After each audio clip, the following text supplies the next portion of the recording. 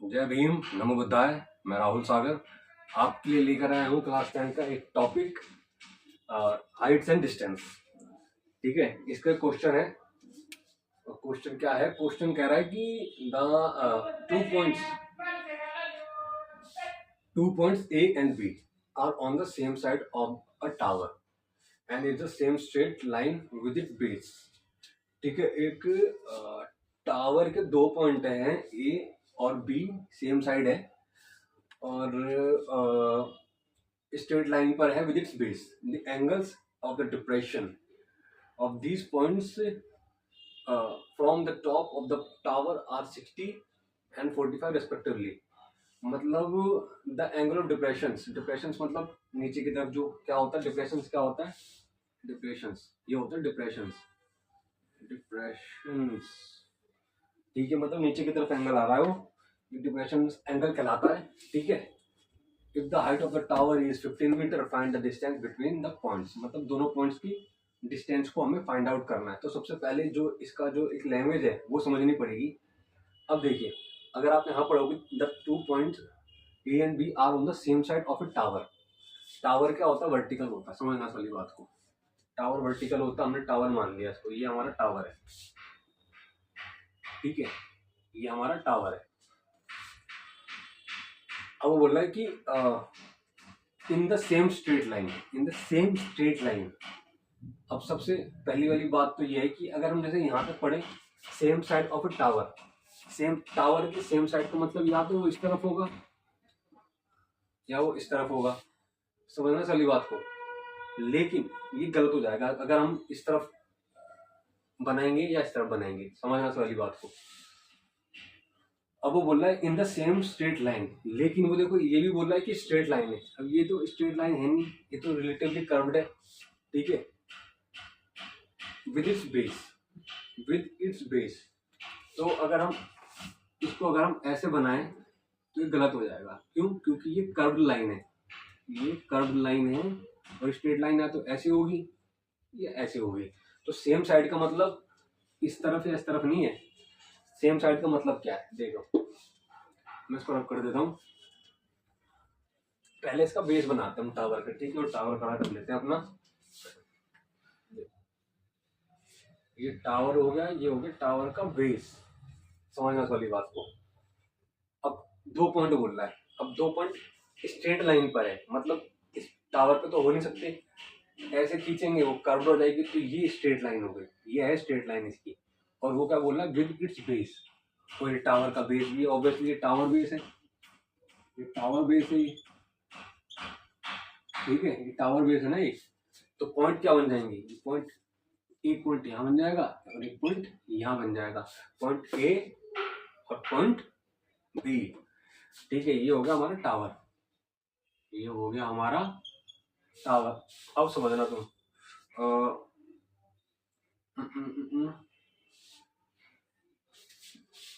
the angles of depressions of these points from the top of the tower are 60 degree and 45 degree. तो इसको हम 60 degree ले लेते हैं। ये हमारा 60 डिग्री हो गया मेरे भाई, ये हमारा हो गया 45 डिग्री मेरे भाई, ये हो गया 45 डिग्री। तो ये है इसका प्रॉपर डायग्राम, और इसके ही हम आधार पर आगे क्वेश्चन को सॉल्व आउट करेंगे। तो क्वेश्चन की लैंग्वेज को पकड़ना बहुत जरूरी होता है। देखिए, जैसे यहाँ पे कंफ्यूजन क्रिएट हो गई थी, सेम साइड का मतलब तो हमें लग रहा था पॉइंट ए और बी या तो इस तरफ ही होंगे या इस तरफ ही होंगे, लेकिन वो क्या बोलता है? स्ट्रेट लाइन जो कि कर्व्ड है, स्ट्रेट लाइन ये नीचे वाली है, और नीचे ये भी लिखा है विद इट्स बेस। बेस क्या है? ये बेस क्या है? ये। तो ये इसका डायग्राम है। तो आइए सॉल्व आउट करते हैं। देखिए गिवन क्या क्या है, गिवन है देखो हाइट ऑफ द टावर। सबसे पहले तो हाइट दे रखी है, height of the tower, height of the tower कहाँ है? आगे the height of the tower is 15 metre. Height of the tower equals to 15 metre. ठीक है, एक चीज तो हमने बत लिख दी। अब दूसरी चीज देखो क्या दे रखी है, दूसरी चीज दे रखी है angle of the depression, angle of depression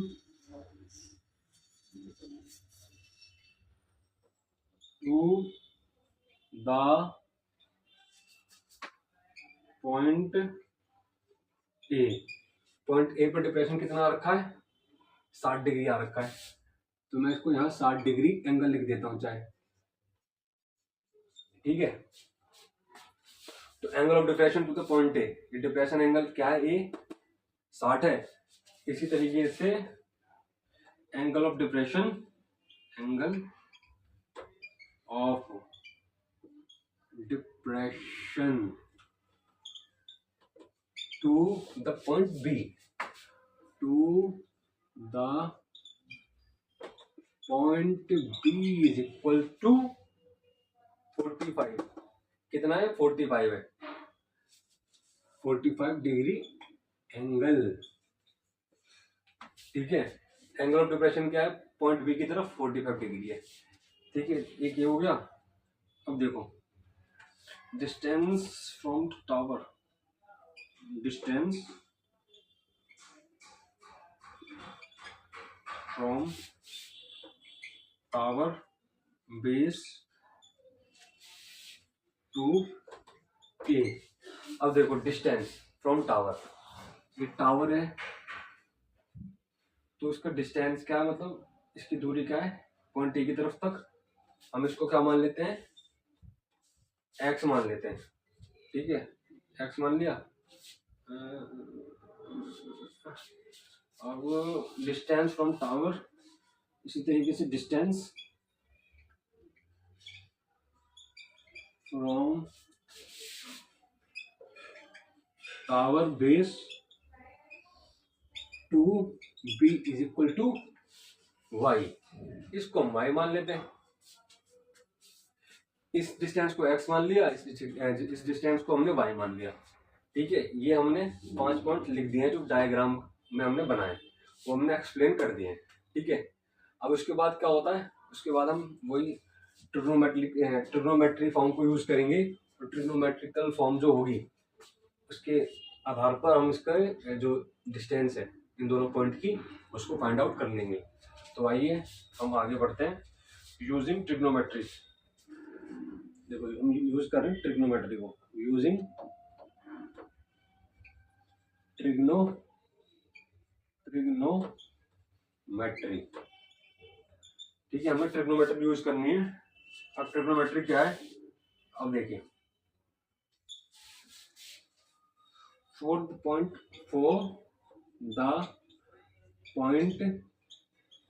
A equals to, जो कि 60 डिग्री है, यहाँ पर क्या लिख देंगे 10 60 डिग्री। अब देखिए हमने 10 60 डिग्री लिख लिया। टावर की जो इसकी हाइट है ये कितनी है, 15 मीटर है, 15 मीटर है। पॉइंट ए क्या है, एक्स है, हम क्या लिख देंगे यहाँ पर 15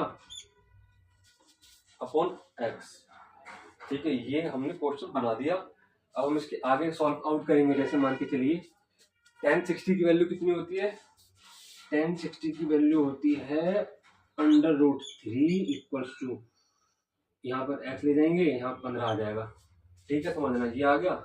अब x को यहीं रख लेता हूँ मैं, 15 को यहाँ लिख लेता हूँ, √3 रैशनलिज्म करा होगा आपने तो ये पता चल जाएगा आपको।